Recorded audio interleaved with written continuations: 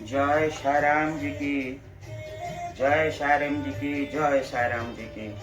आज हम वही महाप्रभु जिसको संत बोलते हैं, जिसको फकीर बोलते हैं, जिसी को राजा दी राजा सच्चिदानंद सदगुरु बोलते हैं, आज मैं वही महान शिरडी साईं बाबा का बारे में मैं बोलूँगा। और उनके जो प्रेरणा मुझे मिला है, मेरा अनुभूति में आपको इसी माध्यम से बताऊंगा, वो चमत्कार में बताऊंगा। उनके हर मेरे शरीर में, उनका कोन कोन में, रोम रोम में कैसे मेरे को वो आश्चर्य चमत्कार हुई, मैं आप लोग को सब इसी माध्यम से बताऊंगा। आपको तो पता होगा, अहमदाबाद नगर का, महाराष्ट्र का एक जिला में, जहाँ प्रभु जी की आविर्भाव हुई थी, लेकिन आज तक उनको कहाँ से, किसी गांव से जन्म हुआ वो कथन तो पता ही नहीं है। लेकिन ये विश्वास है 1838 में प्रभु जी की आविर्भाव उसी गांव में हुई थी, जो गांव का नाम था अहमदाबाद डिस्ट्रिक्ट में एक छोटा सा गांव। और जिस गांव में बाबा फकीर के रूप में, एक छोटा बच्चा का रूप में आए थे और एक नीम की पेड़ के नीचे बैठ गए थे। और इसको तो सबको पता होगा कि उनकी जो देहांत हुई वो 1918 विजयादशमी 15 अक्टूबर को हुई थी। और उनको पहले से आभास हो गया था कि मैं उसी दिन देहांत होगा मेरा। उनकी जो चमत्कारी है, और उस जगह में जहां नीम का पेड़ के पास जहां बैठते थे, अचानक वो 3 साल कहीं डिसअपियर हो गए। और फिर 3 साल के बाद जब आए, बाबा वहीं पे परमानेंटली रह गए। और उनको शाही मतलब गौड़ के नाम पे पुकारा जाता है। वो संत है, वो फकीर है, वो सब धर्म का मानते हैं। उनकी कहना है, उनकी बहुत बड़ा बात है कि प्रभु जी बोलते हैं, साईं जी बोलते हैं, अल्लाह मलिक, गॉड इज मास्टर। श्रद्धा सबूरी, क्या श्रद्धा है ये। और दूसरा बोलते हैं सबूरी क्या है। और तीसरा इन्होंने बोलता है सबका मालिक एक है। वो जोगीराज है, वो सच्चिदानंद है, वो साईनाथ है, वो परम ब्रह्म है, वो फकीर है, वो संत है, वो अवतार है, भगवान भेजा हुआ कलियुग का एक अवतार है। सब वो बोलते हैं कि श्रद्धा सबूरी, ये मंत्र लेके चलिए। क्या श्रद्धा? स्नेह, ममता, प्रेम, भाईचारा, एकता। इंसान होता है, कोई हिंदू, मुसलमान, सिख, ईसाई नहीं होता है। हम सिर्फ नामकरण करते हैं, वो प्रेम भावना में चलिए। पुकारने का उच्चारण खाली बदल जाता है। भाईचारा रखो, प्रेम रखो, आनंद रखो, मान रखो, संस्कार रखो, समृद्धि रखो, विकास रखो, प्रगति करो, दूसरों को मदद करो, दूसरों को दान करो, धर्म करो, कर्म करो, नियत करो, डिवोशन करो, डिटर्मिनेशन करो, डेडिकेशन करो। ये है श्रद्धा का अर्थ। एक हाथ में श्रद्धा, दूसरा हाथ में सबूरी। ये सबूरी क्या है? कोई भी काम मन को काबू रखो, मन को नियंत्रण में रखो, शांत रखो, पेशेंस रखो, धैर्य रखो, धैर्य रखो। अपना तकदीर को जितनी आप काबू में रख सकते हैं उसको रखो। किसी से आड़ामेंट नहीं करना, आरोगेंसी नहीं करना, अनसेफ बिहेवियर नहीं करना, किसी को अंडर एस्टिमेट नहीं करना, छोटा बड़ा नहीं समझना। ये है सबूरी। ये जो श्रद्धा सबूरी की मंत्र लेके प्रभु जी कोने कोने में सारा विश्व में उनकी प्रचार आज हो रहा है। वो प्रभु संत, वो फकीर, वो ऐसा है कि बाबा है, चमत्कारी बाबा, जो नीम का पत्ता को जो मीठा बना दिया था और रामनवमी के दिन दिया में जब उनको दिया का तेल नहीं मिला, वो पानी में सारिया दिया को जलाने शुरू कर दिया। ये चमत्कारी संत, ये फकीर, ये बाबा, ये राजगुरु, ये सच्चिदानंद, ये संत, ये फकीर की जो महिमा क्या बोलो। जो जगह में उन्होंने बैठे हैं वो एक मस्जिद था और वो मस्जिद को द्वारिका मई के नाम पे उनको प्रचारित कर दिया और द्वारिका मई का नाम पे आज वो सब कोई जानते हैं। और कहावत ये है, कहावत है, प्रभु बोलते हैं हमेशा, मैं केवल भगवान का दास हूं, मैं केवल भगवान का दास हूं और भगवान का बिना अनुमति में मैं कुछ भी नहीं कर सकता हूं, मैं कुछ भी नहीं कर सकता हूं। ये उनकी जो कहावत है कि मैं केवल भगवान को विचार, भगवान का धर्म, भगवान का अनुमति से मैं आगे चलता हूं। और मैं आप लोग को सबको बोलता हूं, भगवान को पुरस्कार करो, भगवान को प्रार्थना करो, भगवान का शरण में जाओ।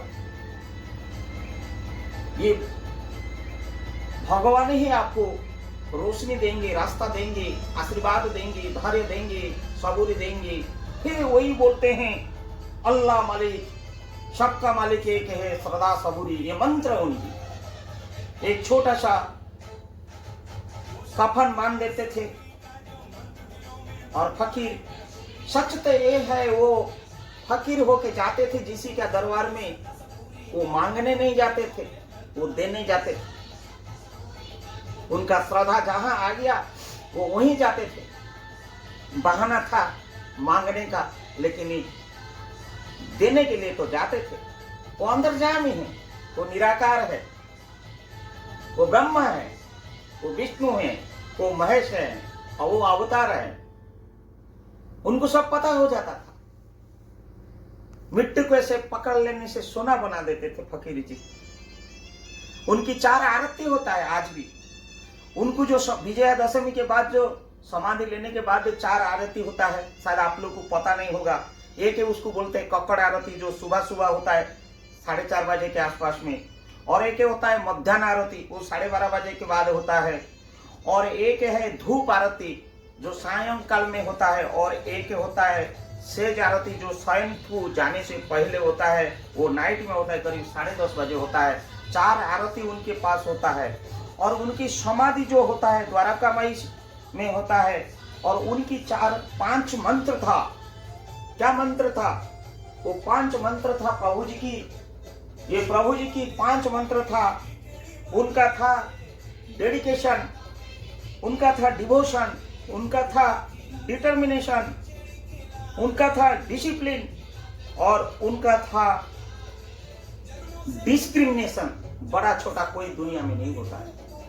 ये जो 5D की मंत्र आज हम बोलते हैं साइंस में, लेकिन ये साधु ने, संत ने वो बताए थे। और उनका गुरुवार के दिन में खिचड़ी की प्रसाद होता है। और ये कहावत है द्वारका माई को प्रति गुरुवार का दिन में लाखों, हजारों, 100 या 1 कोई भी भूखा नहीं जाता है।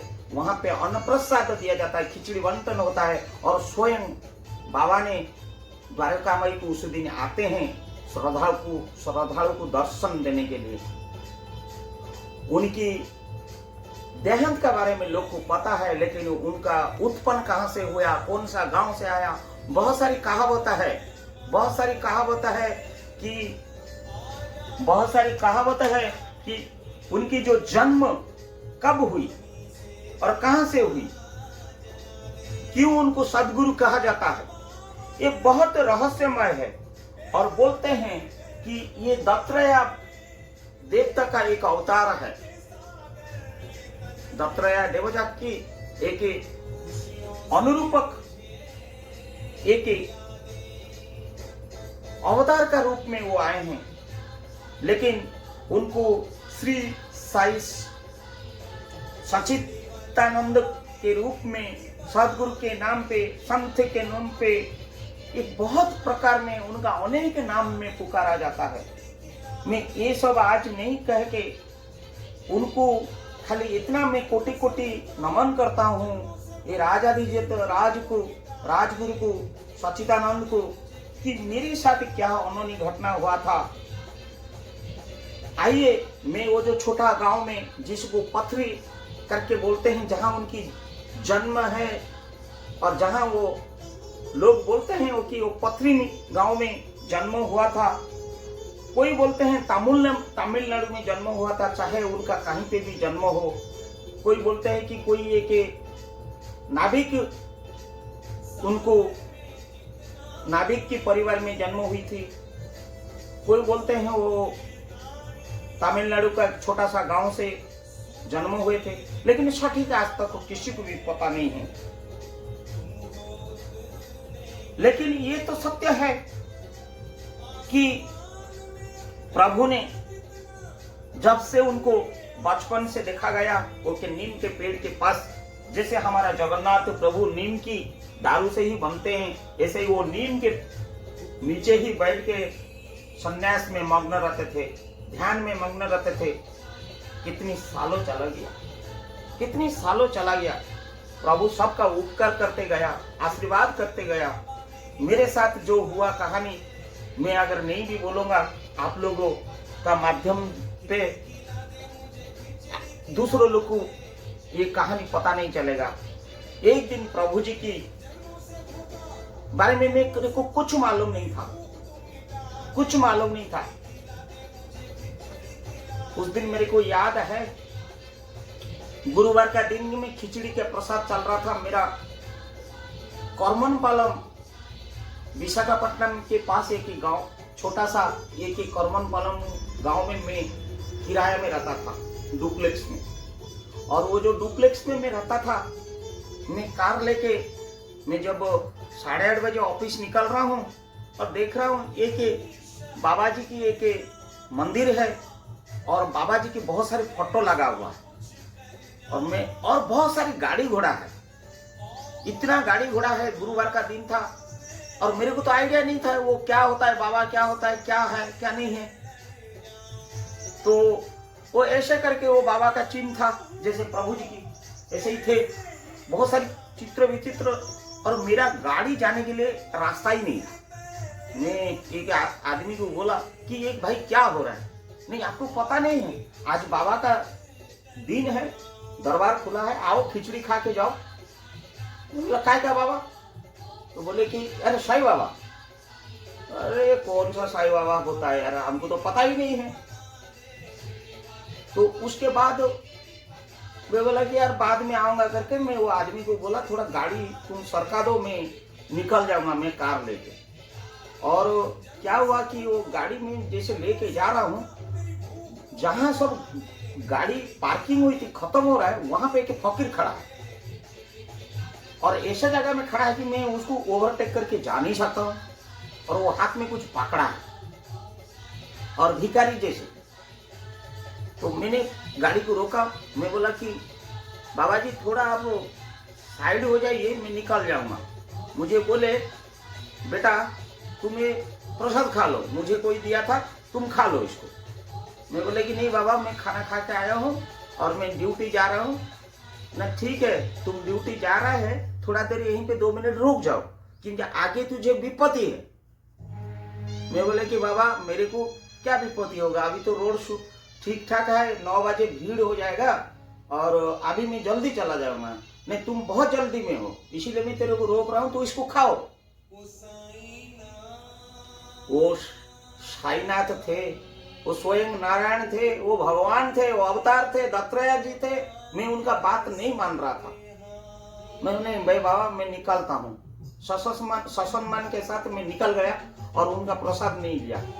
और मैं जहाँ देख रहा हूँ करमनपालम में, मैंने जिस राष्ट्रीय इस्पात निगम लिमिटेड रोड को जाने क्या और करमनपालम का इस तरह का जो गोल चक्कर है, वो गोल चक्कर के पास मैं गाड़ी लेके जा रहा हूँ, एक ट्रक आया, मुझे मार के उड़ा देता था। जस्ट मैं थोड़ा सा अगर ब्रेक नहीं मारता था, वो मेरा तुरंत एक्सीडेंट हो जाता था। और जैसे ट्रक पार हो गया, मैं तो सोचा मेरा गाड़ी एक्सीडेंट हो गया, लेकिन ऐसा कुछ भी नहीं हुआ था। लेकिन जैसे पार कर रहा हूँ, वो फकीर बाबा फिर खड़ा है, बोल रहा है, बेटा मैं बोला था ना तुझे, थोड़ा रुक जाते से गाड़ी पार हो जाता था, तुम क्यों हड़बड़ करते हो, लो अभी तो खा लो। मैंने बाबा का हाथ में लिया और बाबा का हाथ में पानी नहीं था, बोतल नहीं था, लेकिन खाली इतना ही था। लेकिन तुरंत उनका ये झूला में हाथ नहीं मार के एक हाथ में अचानक पानी बोतल आ रहा है, बोले पियो पियो। और मेरी मुंडी में ऐसे हाथ मारे, मेरे को मुंडी में जैसे हाथ मारे, मेरे शरीर पूरा कंपने लगा, हिलने लगा, रोम रोम होने लगा। मैं बोला कि क्या हो रहा है, मैं कुछ समझ नहीं पाया। मुझे एक आत्मसंतुष्टि मिल रहा है, मुझे एक आनंद मिल रहा है, मुझे एक निरानंद, मैं कौन सा दुनिया को चला गया, मुझे कुछ ही पता नहीं चल रहा है। मेरे मन में पूरा पवित्र होने लगा है। तो मैंने जैसे खाया, वो प्रसाद खत्म ही नहीं हो रहा, मैं खाते जा रहा हूँ, वो प्रसाद खत्म ही नहीं हो रहा है। मैं बोला बाबा वो प्रसाद खत्म ही नहीं हो रहा है आप, तो बोले खाओ और जितना बचेगा तुम रख लो, फेंकना नहीं। लेकिन इसको मैं फिर लेके घर तक गया, आप लोग को आश्चर्य होगा, मैं जितना खाया उतना ही फिर था। घर में फिर खोल के देखा तो फिर वो जो पानी का बोतल को मैं लेके गया, और जब पानी का बोतल में पी लिया था, थोड़ा सा था, वो पानी बोतल पूरा भरल था। मैं घर में जाके जैसे मैंने बताया सब मेरा परिवार लोग को, उन लोग को आश्चर्य हो गए और विश्वास नहीं किए।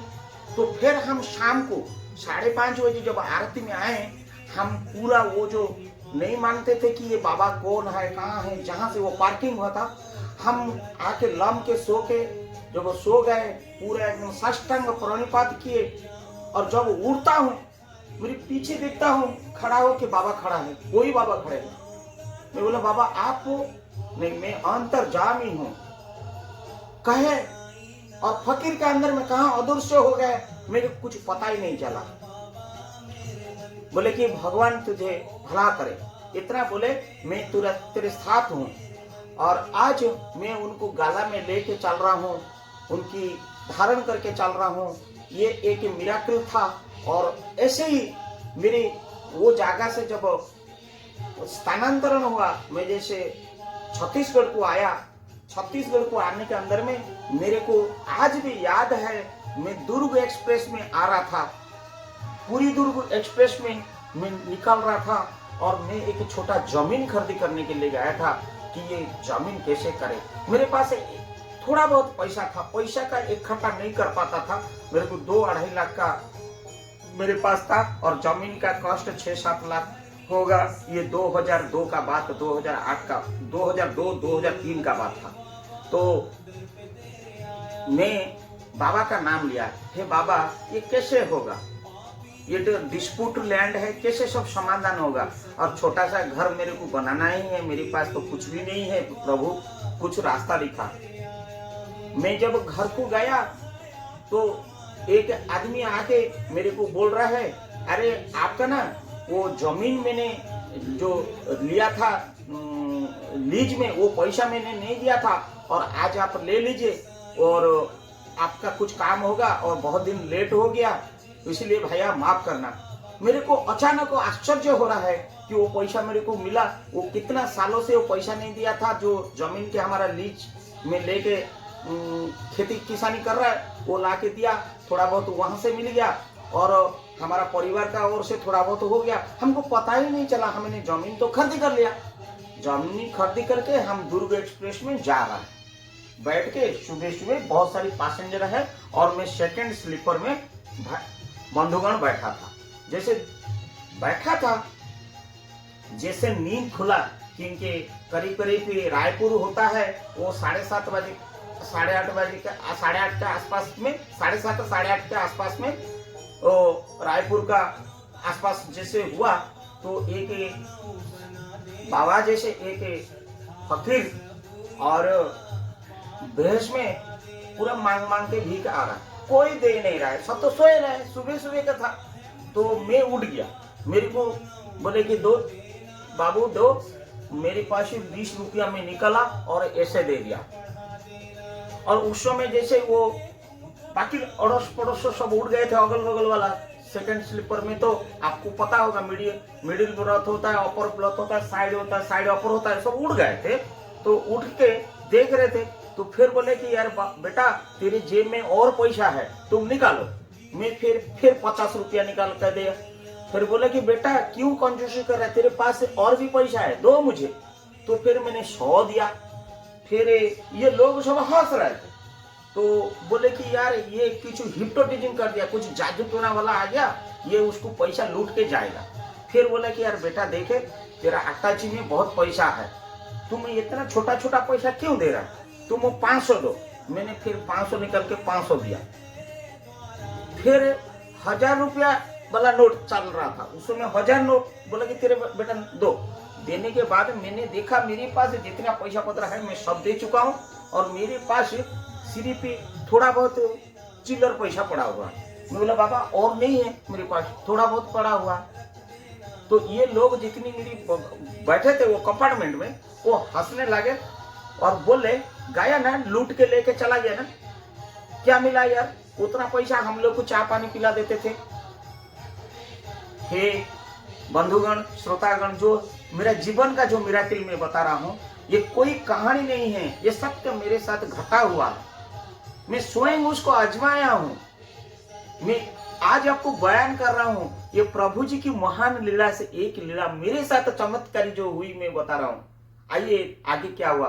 मैंने जैसे पैसा पत्र लेके गए, मैं बोले हे प्रभु मैं तो ऐसे ही कल भिखारी था, आप ही अरेंज कर दिए थे और आपका ही ये शायद साक्षात दर्शन हो रहा है, सुबह सुबह मुझे ऐसा अनुभव हो रहा है प्रभु, मुझे अनुभव हो रहा है। और प्रभु वो जगह में छोटा सा घर कैसे बनाऊंगा, उसका व्यवस्था कुछ कर दीजिए ना प्रभु। और मेरे पास तो पैसा नहीं है, मैं फिर इतना दूर कैसे भी ऑटो में जाऊंगा। अच्छा चलो कोई बात नहीं है, वो बाबा कुछ करेंगे नहीं तो पैदल 5 किलोमीटर चला जाएंगे, और क्या है, चिल्लर पैसा में क्या होगा, 5-10 रुपया तो पड़ा था। और मुझे ऑटो भाड़ा चाहिए करीब 50 रुपया से 100 रुपये के आसपास में, डिपेंड करता है ऑटो वाला कितना लेगा। तो उसके बाद क्या होगा, आप लोग को हंसी आएगा। हम जब कि भिलाई पावर हाउस करके एक छोटा सा स्टेशन है, मतलब वो दुर्ग स्टेशन, पहले हम जब उतर रहे हैं, वो पर्टिकुलर जो मेरे से पैसा लिए थे वो बाबा खड़ा है। जब खड़ा है मैं बोला बाबा आप तो ट्रेन में आते थे, और वो भी रायपुर से पहले वाला स्टेशन में। बाबा मैं तो अभी उतर रहा हूँ, ट्रेन अभी आया, आपके कब कौन सा गाड़ी से आके पहुंचा। मृदु हंस के बोले बेटा तेरे पास पैसा नहीं है ना ऑटो के लिए। मैं बोला नहीं बाबा, आपको कैसे पता चला, ना आओ ना ऑटो में बैठो, मैं भी उधर ही जा रहा हूँ, तुम जाओगे ना सेक्टर 10 तरफ। मैं बोला हाँ बाबा। हमारा वो ऑटो में बैठे, मेरे को वो सौभाग्य हुआ, वो प्रभु का वो लीला, वो महान दृश्य लीला, अदृश्य लीला नहीं दृश्य लीला मेरे संग गए। और मुझे अनुभूति हो गया था कि बाबा मेरे साथ जा रहा है, मेरे को यह अनुभूति हो गया था कि बाबा मेरे साथ जा रहा है। कि जैसे मैं उतरा सेक्टर 10 में, वो मुझे जितना ही पैसा लिए थे उससे कहीं गुना पैसा उनका झोली से मेरे को निकाल के दिए। मैं वो पैसा को जैसे ऐसे रखा, मेरे को बोले बेटा यही पैसा से तेरा घर हो जाएगा, तो चिंता मत करो जा। और जैसे मैं गया, मैंने मेरा ड्यूटी किया। 2 महीने के अंदर में मेरी एक दोस्त मुझे फोन कर रहा है, अरे प्रमोद। मैं बोला कि हाँ दोस्त बोलो मनोज, ना मेरा पोस्टिंग हो गया है वो डिजाइन डिपार्टमेंट में उड़ीसा में, तुम आ जाना, कोई भी काम होगा मेरे को बताना। तुरंत मेरा बिल्डिंग प्लान अप्रूव हो गया, तुरंत को तुरंत, कुछ करने की नहीं, एक को पैसा की जरूरत नहीं। ऐसे ऐसे ऐसे ऐसे ऐसे ऐसे प्रभु की लीला में वो छोटा सा घर मैंने बना लिया और मेरा परिवार को खुशी देखने लगा। और जैसे कंप्लीट हुआ वो दिन मुझे आज भी याद है, रामनवमी था। हमने सोचे कि आज गृह प्रतिष्ठा करेंगे। जिन्होंने मुझे इतनी सारी पैसा दे दिए थे हाथ में, उन्होंने आके हमारा दरवाजा में खड़े हैं। मेरे घर के सामने आज बोलने के लिए हिम्मत नहीं हो रहा है, इकट्ठा में हिम्मत नहीं कर पा रहा हूँ। बोल रहे हैं थोड़ा एक गिलास पानी दे दो, घर में कोई है, एक गिलास पानी दे दो, एक गिलास पानी दे दो। तो हम जब दरवाजा खोले देखे कि प्रभु जी फकीर की भेष में आए हैं। हम समझ गए थे कि प्रभु हैं, मेरी स्वयं नारायण है, अंतर्यामी है, साईनाथ सच्चिदानंद सदगुरु राजाधिराज परम ब्रह्म स्वयं आए हैं। मैं तुरंत दंडायमान हुआ। प्रभु बैठे। नहीं बेटा, मैं बैठने नहीं आया, गृह प्रवेश कर रहा है, पानी दे दो। पानी पिया। बोले कि बाकी पानी को लेके घर में छिटक दो, ये तेरा पवित्र हो जाएगा। हे प्रभु, मैंने जैसे उनको पानी रखा, मैं घर में सब लोग को बोला, बच्चे लोग को बोला, परिवार लोग को बोला कि ये प्रभु का सब लोग उनकी सानिध्य किए। और जब बोले कि सब घर में रहो, मैं जा रहा हूँ, हम बोले प्रभु कुछ जलपान नहीं, कुछ आवश्यकता नहीं है, मैं आया था, कुछ इधर काम था। जैसे गए कहीं अदृश्य हो गए। और आज प्रभु का वो घर का आशीर्वाद से मेरी बच्चे लोग सब प्रोफेशनल होते जा रहा है और मुझे कोई कमी नहीं हो रहा है, और घर में कभी खाने का कमी नहीं हो रहा है। कहीं ना कहीं भगवान की आशीर्वाद बना है और प्रभु को शरणागमी हम लोग पूरा परिवार है। और प्रभु की ये जो चमत्कारिता, प्रभु जो संत की रूप में आते हैं और दया वर्ष के जाते हैं, मैं कह नहीं पा रहा हूँ। मेरे साथ अनेक मिराकिल है। और एक मिराकिल मैं बोलता हूँ, मेरे को एक इंटरव्यू देना था, कोलकाता को मैं गया। मेरा वहाँ पे अभिमन्यु के दोस्त है और मेरे पास थोड़ा पैसा पत्र का प्रॉब्लम था। मैं अभिमन्यु को बोला इंटरव्यू के दिन अभिमन्यु का घर में रह जाऊंगा। मैं अभिमन्यु को बोला अभी फोन करके मोबाइल दुनिया में, ये 2011 का बात है और गर्मी का दिन था, मई जून का था, पूरा कड़क गर्मी था। हे अभी मैं कोलकाता आ रहा हूँ, थोड़ा इंटरव्यू है और इंटरव्यू देने के दौरान रात्रि जापन आपका घर में कर सकता हूँ क्या? अरे ये बेशक तू आजा। इतना दिन के बाद दोस्त बोल रहा है आजा, मैं तेरे को इंतजार कर। कब इंटरव्यू है? न परसों इंटरव्यू है। तू चिंता मत कर, मैं छुट्टी ले लूंगा, तेरे को इंतजार करूंगा। मैं बोला यार इंटरव्यू कब होगा, क्या होगा, तुम क्या इंतजार करोगे? नहीं चिंता मत करो। उतना ही बात खत्म हो गया और हम कोलकाता में पहुंच गए। और कोलकाता में जब पहुंच गए सॉल्ट लेक के पास, और हमारा वहां पे इंटरव्यू स्थल में हम पहुंचे, तो सुबह अभिमन्यु फोन किया, बोले कि यार मैं आज छुट्टी ले लेता हूँ। मैं बोला छुट्टी मत लो, क्योंकि इंटरव्यू कब खत्म होगा, इंटरव्यू के बाद मैं बुला लूंगा, तुम आ जाना, तब साथी होके निकल जाएंगे, कोई टेंशन नहीं लेना। और इंटरव्यू ऐसे होते मैं लास्ट कैंडिडेट था, 27 कैंडिडेट थे और मैं एज वाइज सब स्क्रूटनिंग हुई थी और मैं ही लास्ट था एक्सपीरियंस हिसाब से। और जो पैरामीटर की था मैं लास्ट कैंडिडेट था, 27वां कैंडिडेट। और मेरा इंटरव्यू खत्म होते 5:30, पूरा गर्मी का दिन, पूरा पसीना बह रहा है। और वो ड्यूटी गया, मेरा अभिमन्यु जो दोस्त है वो गया ड्यूटी। मुझे पता है दोनों का बात हो गया कि मैं ड्यूटी जा रहा हूँ, तो फोन करने से मैं ड्यूटी से आऊंगा, सीधा साथी होके घर निकलेंगे। और मैं जैसे निकलता हूँ कि इंटरव्यू दे के 45 मिनट्स मेरा जब इंटरव्यू हुआ, पूरा रोम पूरा पसीना बह रहा है, गर्मी का दिन, प्यास लग रहा है। मैं जैसे बाहर निकला वो बिल्डिंग के बाहर में देख रहा हूँ मेरा दोस्त अभिमन्यु मेरे लिए पसंदीदा थम्स अप, पूरा चिल्ड थम्स अप लेके खड़ा है। बोलता है यार पी तेरा काम हो गया है यार, पी। मैं बोला यार अभी 20 साल के बाद दोस्ती का मुलाकात, तू याद रखे हो कि मैं थम्स अप पीता हूँ, मेरा मैंने यही है कि पसंदीदा सॉफ्ट ड्रिंक्स। बोले कि अरे दोस्त हो तो कैसे याद नहीं रखूंगा, पी। अरे मैं बोला तेरा नहीं, मेरा मैं लाता हूँ ना, तू टेंशन क्यों ले, मैं तो पी के खड़ा हूँ तेरे लिए। मैं बोला तू तो ड्यूटी में था, तेरे को एड्रेस कैसे पता चला कि मैं यहीं पे हूँ? अरे छोड़ ना, मैं यहीं पे रहता हूँ, मुझे पता नहीं, मैं सारबत, मैं यहाँ पे कोने कोने में रहता हूँ। मैं बोला ठीक है, तू पी, मैं ऐसे पी रहा हूँ, तेरा काम हो गया, तू आराम से पी, कोई टेंशन नहीं लेने का। मैं बोला कि अभी बहुत लोग थे, मैं तो 27 नंबर कैंडिडेट हूँ। अरे तू पी ना यार, तेरा काम हो गया, तू पी। मैं ऐसे पी रहा था, मुंह को ले रहा हूँ कोल्ड ड्रिंक्स पीने के लिए। बोल रहा है कि प्रमोद तुम यहीं पे खड़े रहो। मैं तुरंत गया, यूं आया, क्योंकि उसका पैसा मुझे देना है दुकान वाला का, मैं नहीं दिया हूँ, तो मैं दे के आता हूँ। जैसे मैं पी रहा हूँ और वो जैसे पैसा देने के लिए गया, अचानक मेरा घंटी बाजने लगा। हेलो प्रमोद, तुम कहाँ हो? मैं बोला कि कौन? ना अभी बोल रहा हूँ। मैं बोला अभी तुम तो मेरे को कोल्ड ड्रिंक्स दे रहा है, मैं पी रहा है। अरे मैं ऑफिस से निकला नहीं यार, क्या बात कर रहा है? ये कोल्ड ड्रिंक्स काय का कोल्ड ड्रिंक्स, क्या कोल्ड ड्रिंक्स, कौन सा कोल्ड ड्रिंक्स, तू कहाँ हो? पूरा कोल्ड ड्रिंक्स मेरा हाथ से भाई गिरा।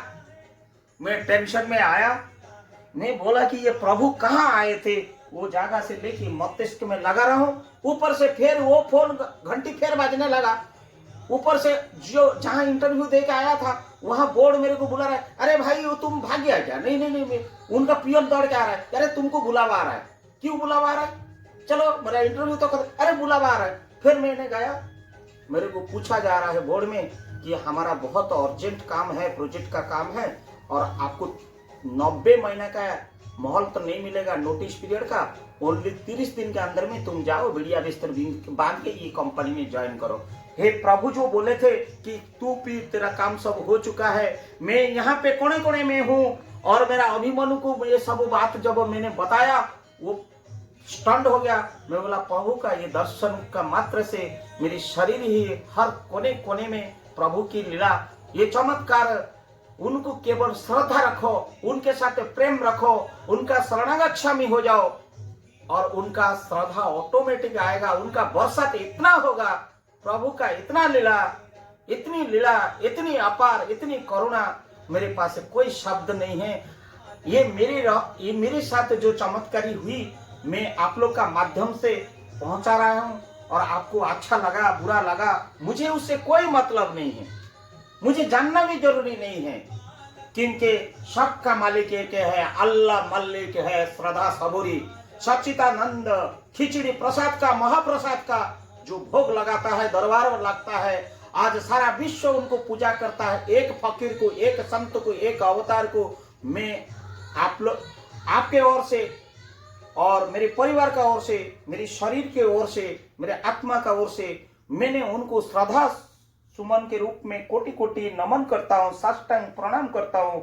हे सच्चिदानंद सदगुरु साईनाथ, मेरे परिवार को, मेरे जनता को, मेरे जनवास को, मेरे साथी लोग को, मेरा बंधु बांधव कुटुंब को, वसुंधव कुटुंबम को, जितनी भी ये संसार में पशु पक्षी कोने कोने में संसार में रहते हैं, उनको हे प्रभु निराकार आप आदर्श दीजिए, आशीर्वाद दीजिए, रास्ता दिखाइए, उनका गलती को माफ करके जैसे मेरे प्रति दया रखे हैं, प्रभु सबके प्रति दया रखिए।